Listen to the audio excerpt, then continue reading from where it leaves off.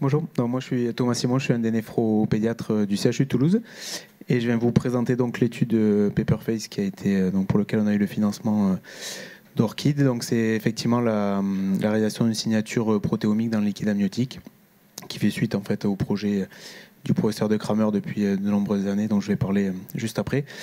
Donc juste sur le plan un peu de la base, bon, les CACUS c'est très fréquent en anténatal et les malformations les plus fréquentes sont rénales en anténatal. Ça à peu près 30% de toutes ces anomalies, une grossesse sur 200 quasiment en France et ça représente 4000 fœtus en France chaque année avec un large éventail de phénotypes du rein unique aux valves et aux obstructions sévères ou les agénésies bilatérales.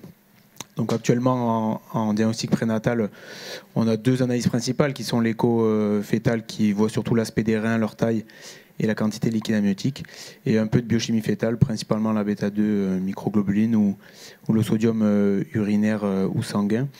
Et donc ça c'est intéressant dans les formes extrêmes, c'est-à-dire soit les formes très simples unilatérales où on sait qu'il y aura probablement pas de souci en postnatal, ou les formes d'une gravité extrême, donc les agénésies bilatérales principalement.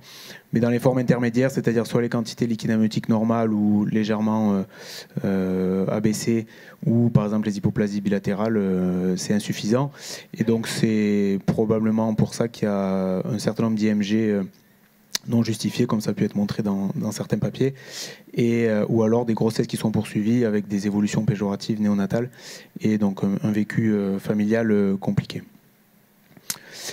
Donc le liquide amniotique est... Alors, 70% des protéines dans l'urine proviennent des reins et des voies urinaires. Et le liquide amniotique est évidemment principalement composé d'urine. Et donc, il avait été choisi pour cette signature d'utiliser des peptides qui sont plus stables et filtrés en conditions normales. Et donc, il y a une signature qui a été créée. Donc, ça, c'est le PHRC initial du professeur de Kramer à la base de 98 peptides qui avaient été évalués pour être associés au devenir rénal et pour faire cette signature. Et donc voilà, ça c'est le nom qui a été donné. Donc il y a un certain nombre de protéines, là c'est les principales qui ont été mises, mais bon voilà, il y en a d'autres, 98 en tout, et donc ça donne cette signature. Et si on reprend le PHRC initial, si on regarde un peu sa valeur et notamment la comparaison avec les méthodes existantes qui sont principalement l'échographie, elle est très très performante avec une spécificité de 97%, une sensibilité de 88% et une R sous la courbe à 96%, ce qui est supérieur à l'échographie qui fait dans tous les cas aussi partie du diagnostic. Voilà. Et donc l'objectif du projet, ça nous on le fait déjà, on va dire entre guillemets en routine à Toulouse depuis de nombreuses années. On a une quarantaine au moins de dossiers qui ont été faits. Et donc l'objectif c'est de pouvoir proposer cette signature à tous les centres français qui font du prénatal. Et donc l'objet du financement c'était surtout de subventionner le rapatriement à Toulouse des échantillons de liquide amniotique prélevés chez ces fœtus-là dans les autres centres.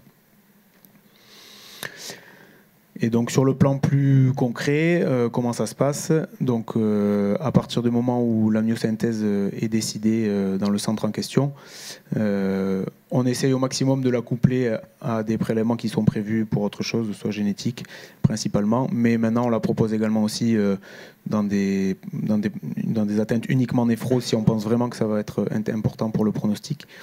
Et donc là, je le mets sur la diapo juste après, mais c'est là où vous nous contactez. Nous, on organise, on se coordonne pour le jour de la myosynthèse venir chercher le prélèvement.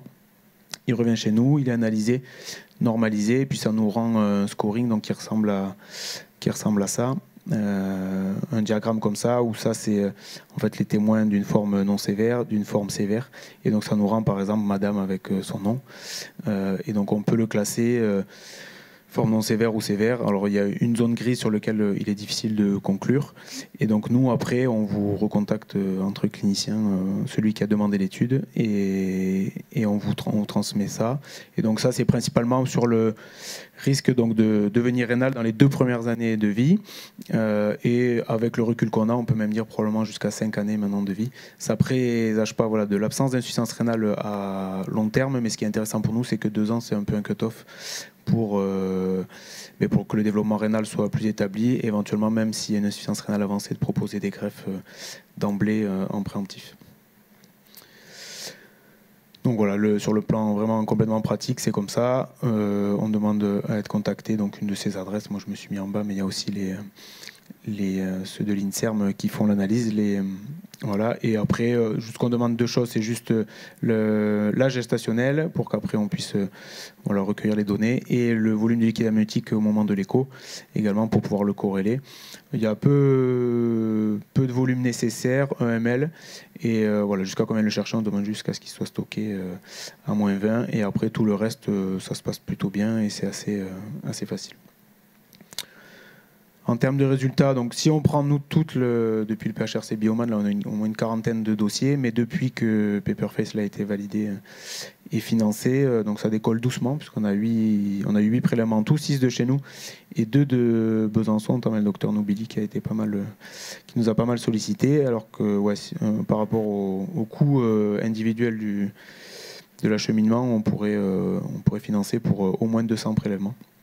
Et donc les perspectives, bien sûr, elles sont cliniques pour une meilleure prédiction du devenir rénal, éviter les IMG à tort ou au contraire anticiper une dialyse précoce ou des soins palliatifs dans les cas extrêmes de conservation des grossesses. Également une part psychologique pour les familles, pas rester dans l'expectative de ne pas savoir ce qui va se passer. Et l'objectif à terme, c'est quand même de pouvoir valider cette signature dans des nouvelles cohortes pour la généraliser dans les années à venir pour n'importe quel centre en clinique. Voilà, donc je tiens à remercier Orchid, bien merci, et le personnel de l'INSERM qui travaille dessus, et de la recherche de Toulouse, notamment Nabila, qui est ici présente.